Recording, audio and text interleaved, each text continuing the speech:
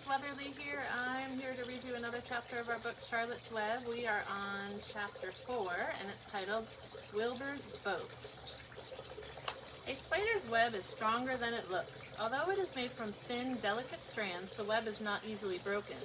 However, a web gets torn every day by the insects that kick around in it, and the spider must rebuild it when it gets full of holes. Charlotte liked to do her weaving during the late afternoon, and Fern liked to sit nearby and watch. One afternoon, she heard a most interesting conversation and witnessed a strange event. "You have awfully hairy legs, Charlotte," said Wilbur as the spider busily worked at her task. "My legs are hairy for a good reason," replied Charlotte. "Furthermore, each leg of mine has 7 sections.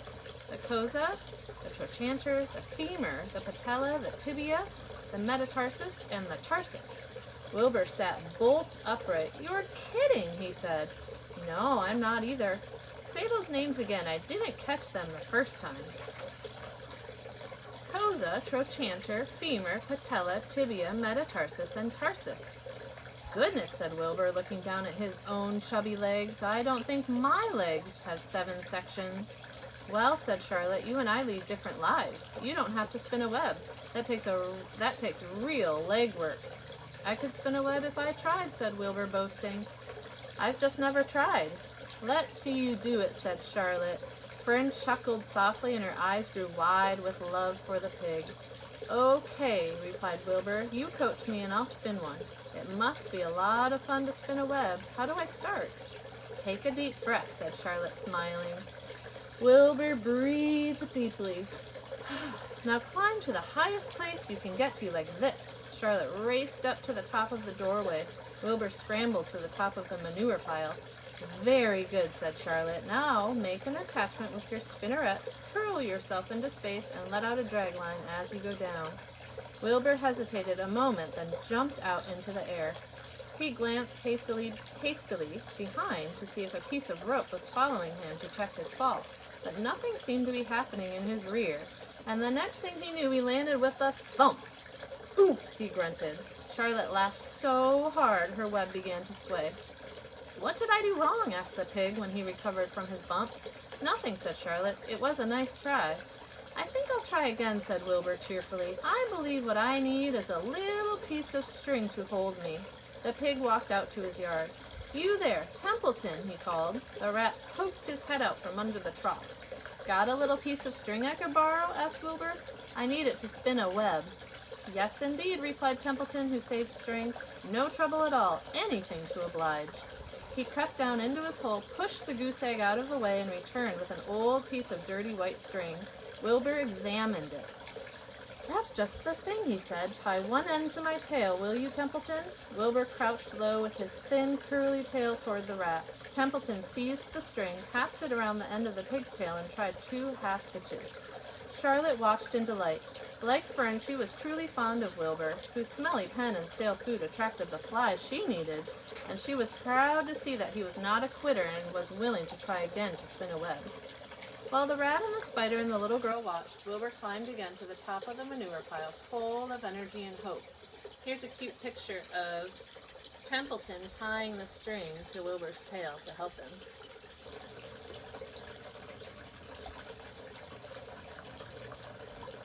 "Everybody watch," he cried, and summoning all his strength, he threw himself into the air head first. The string trailed behind him, but as he had neglected to fasten the other end to anything, it didn't really do any good, and Wilbur landed with a thud, crushed and hurt. Tears came to his eyes. Templeton grinned. Charlotte just sat quietly. After a bit, she spoke. "You can't spin a web, Wilbur, and I advise you to put the idea out of your mind. You lack 2 things needed for spinning a web." "What are they?" asked Wilbur sadly. Here's a picture of when Wilbur was trying to jump off the manure pile with the string tied to his tail. So Wilbur wants to know what he needs in order to spin a web. So Charlotte says, "You lack a set of spinnerets, and you lack know-how, but cheer up. You don't need a web. Zuckerman supplies you with 3 big meals a day. Why should you worry about trapping food?" Wilbur sighed. "You are ever so much more cleverer and brighter than I am, Charlotte. I guess I was just trying to show off. Serves me right." Templeton untied his string and took it back to his home. Charlotte returned to her weaving. You needn't feel too badly, Wilbur, she said. Not many creatures can spin webs. Even men aren't as good at it as spiders, although they think they're pretty good, and they'll try anything. Did you ever hear of the Queensboro Bridge? Wilbur shook his head. Is it a web? Sort of, replied Charlotte. But do you know how long it took men to build it? 8 whole years. My goodness, I would have starved to death waiting that long. I can make a web in a single evening. What do people catch in the Queensboro Bridge? Bugs? Asked Wilbur. No, said Charlotte, they don't catch anything.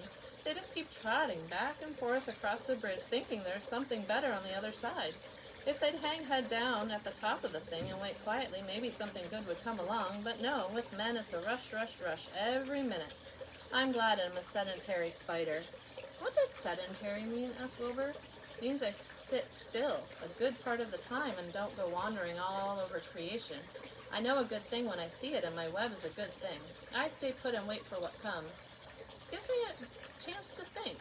Well, I'm sort of sedentary myself, I guess, said the pig. I have to hang around here whether I want to or not. Do you know where I'd like to be this evening? Where?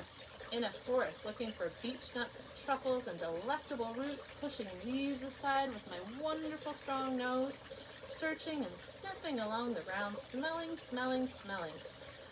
You smell just the way you are, remarked a lamb who had just walked in. I can smell you from here. You're the smelliest creature in the place. Wilbur hung his head. His eyes grew wet with tears. Charlotte noticed his embarrassment, and she spoke sharply to the lamb. Let Wilbur alone, she said. He has a perfect right to smell, considering his surroundings. You're no bundle of sweet peas yourself. Furthermore, you are interrupting a very pleasant conversation. What were we talking about, Wilbur, when we were so rudely interrupted? Oh, I don't remember, said Wilbur. It doesn't make any difference. Let's not talk anymore for a while, Charlotte. I'm getting sleepy. You go ahead and finish fixing your web, and I'll just lie here and watch you. It's a lovely evening. Wilbur stretched out on his side. Twilight settled over Zuckerman's barn and a feeling of peace. Fern knew it was almost supper time, but she couldn't bear to leave. Swallows passed on silent wings in and out of doorways, bringing food to their young ones. From across the road, a bird sang, "Whippoorwill, whippoorwill." Lurvy sat down under an apple tree and lit his pipe. The animals sniffed the familiar smell of strong tobacco. Wilbur heard the trill of a tree toad and the occasional slamming of a kitchen door. All these sounds made him feel comfortable and happy, for he loved life and loved to be a part of the world on a summer evening. But as he lay there, he remembered what the old sheep had told him. The thought of death came to him, and he began to tremble with fear. Charlotte, he said softly. Yes, Wilbur. I don't want to die. Of course you don't, said Charlotte in a comforting voice. I just love it here in the barn, said Wilbur. I love everything about this place. Of course you do, said Charlotte. We all do. The goose appeared, followed by her 7 goslings. They thrust their little necks out and kept up a musical whistling like a tiny troop of pipers. Wilbur listened to the sound with love in his heart. Charlotte, he said. Yes, said the spider. Were you serious when you promised you would keep them from killing me? I was never more serious in my life. I am not going to let you die, Wilbur. How are you going to save me? Asked Wilbur, whose curiosity was very strong on this point. Well, said Charlotte vaguely, I don't really know, but I'm working on a plan. That's wonderful, said Wilbur. How is the plan coming, Charlotte? Have you got very far with it? Is it coming along pretty well? Wilbur was trembling again, but Charlotte was cool and collected. Oh, it's coming all right, she said lightly. The plan is still in its early stages and hasn't completely shaped up yet, but I'm working on it. When do you work on it? Begged Wilbur. When I'm hanging head down at the top of my web, that's when I do my thinking, because then all the blood is in my head. I'd be only too glad to help in any way I can. Oh, I'll work it out alone, said Charlotte. I can think better if I think alone. All right, said Wilbur, but don't fail to let me know if there's anything I can do to help, no matter how slight. Well, replied Charlotte, you must try to build yourself up. I want you to get plenty of sleep and stop worrying. Never hurry and never worry. Chew your food thoroughly and eat every bit of it, except you must leave just enough for Templeton. Gain weight and stay well. That's the way you can help. Keep fit and don't lose your nerve. Do you think you understand? Yes, I understand, said Wilbur. Go along to bed then, said Charlotte. Sleep is important. Wilbur trotted over to the darkest corner of his pen and threw himself down. He closed his eyes. In another minute he spoke. Charlotte, he said. Yes, Wilbur. May I go out to my trough and see if I left any of my supper? I think I left just a tiny bit of mashed potato. Very well, said Charlotte, but I want you in bed again without delay. Wilbur started to race out to his yard. Slowly, slowly, said Charlotte. Never hurry and never worry. Wilbur checked himself and crept slowly to his trough. He found a bit of potato, chewed it carefully, swallowed it, and walked back to bed. He closed his eyes and was silent for a while. Charlotte, he said in a whisper. Yes? May I get a drink of milk? I think there are a few drops of milk left in my trough. No, the trough is dry and I want you to go to sleep. No more talking. Close your eyes and go to sleep. Wilbur shut his eyes. Fern got up from her stool and started for home, her mind full of everything she had seen and heard. Good night, Charlotte, said Wilbur. Good night, Wilbur. There was a pause. Good night, Charlotte. Good night, Wilbur. Good night. Good night. That's a fun chapter. I hope you enjoyed it, and I can't wait to read you the next chapter on the computer. I hope you're doing well, and I miss you. Bye.